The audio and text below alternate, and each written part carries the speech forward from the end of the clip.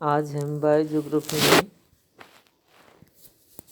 पादप वर्गीकरण में ब्रायोफाइटा के बारे में अध्ययन करेंगे। ये उच्च श्रेणी के क्रिप्टोगेम्स हैं तथा रचना में थैलोफाइट से अधिक जटिल होते हैं। इनमें जड़ें नहीं होती बल्कि धागे के समान राइजोइड्स, जिसे मूलाभास कहते हैं, जो पादप को भूमि पर स्थिर रखते हैं व अवशोषण में सहायक होते हैं।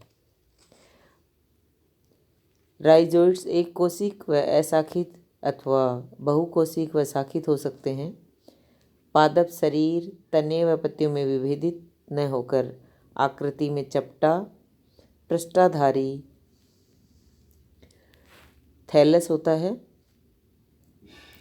अथवा पत्तियां व तना स्पष्टतः विभेदित नहीं होता। कुछ पादपों में तना व पत्तियां पूर्ण विभेदित होती हैं, परंतु ये पत्तियां व तना उच्च पादपों से विभिन्न होते हैं। इनमें लैंगिक व अलैंगिक जनन पाया जाता है।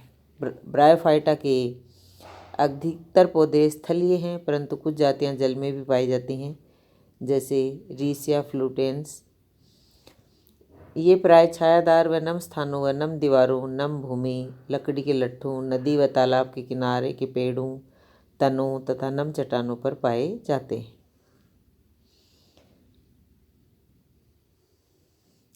इनमें निम्नलिखित पौधे सम्मिलित हैं। लीवरवर्ट, ये निम्न श्रेणी के ब्रायोफाइट्स हैं। इनका पादप थैलस होता है जो चपटा तथा द्विभागी शाखित होता है। इनकी निचली सतह पर जड़ों के समान मूलाभास होती हैं। फिर है हार्नवर्ट्स, ये भी लीवरवर्ट्स के समान होते हैं, जिनकी ऊपरी सतह पर लंबे स्पोरोफाइट्स उपस्थित होते हैं। इनका थैलस अनियमित रूप से शाखित होता है तथा निचली सतह पर अनेक राइजोइड्स पाए जाते हैं, जैसे एंथ्रोसिरोस। फिर है मॉसेज, ये उच्च श्रेणी के ब्रायोफाइट्स हैं। इनका प्लांट बॉडी एक लंबा तने के समान अक्ष, पत्तियों तथा जड़ के समान रचनाओं में भिन्नित होता है। फ्यूनेरिया पॉलीट्राइकम इसके उदाहरण हैं।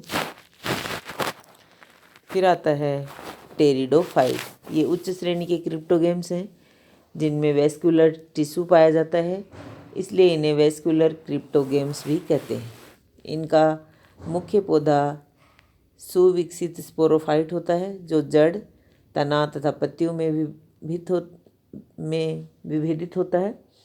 लेकिन ये पुष्पयुक्त पौधों से भिन्न होते हैं, क्योंकि पौधे फल, फूल तथा बीज धारण नहीं करते। इनमें इस संवर्ग के पौधे प्राय शाखीय होते हैं और प्राय नम व छायादार स्थानों में पाए जाते हैं। इसमें निम्न प्रकार के पौधे शामिल हैं: साइलोफाइट्स, क्लब मॉस, हॉर्सटेल्स, फर्न। साइलोफाइट्स ये निम्न श्रेणी के टेरिडोफाइट्स हैं, जो केवल फॉसिल रूप में पाए जाते हैं। केवल 2 जेनरा साइलोटम और मेसिप्टेरिस ही जीवित रूप में मिलते हैं।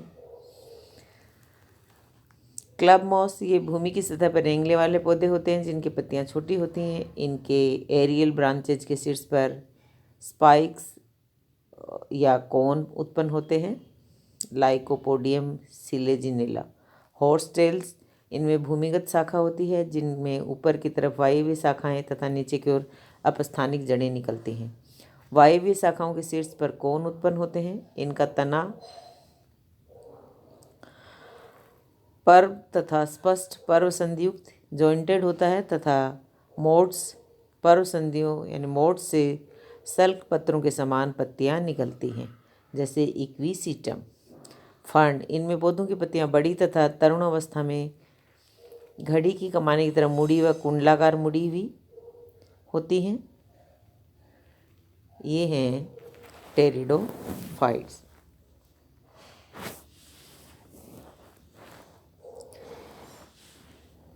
इसके बाद आता है अपना अनावर्त बीजी।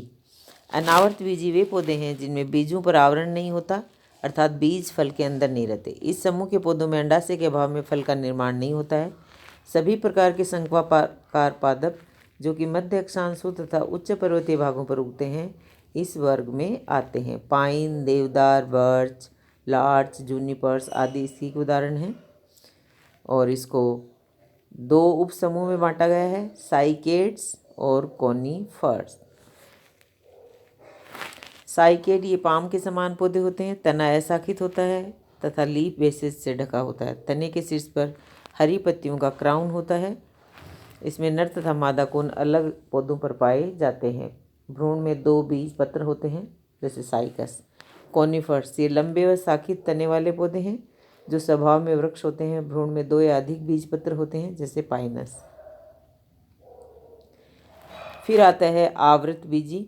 इस समूह के अंतर्गत आने वाले पादपों में बीज फलों के अंदर रहते हैं, अर्थात इनमें बीजों पर आवरण होता है। ये सबसे उच्च श्रेणी के पौधे हैं। इनमें सुविकसित जड़, तना, पत्तियां तथा पुष्प पाए जाते हैं।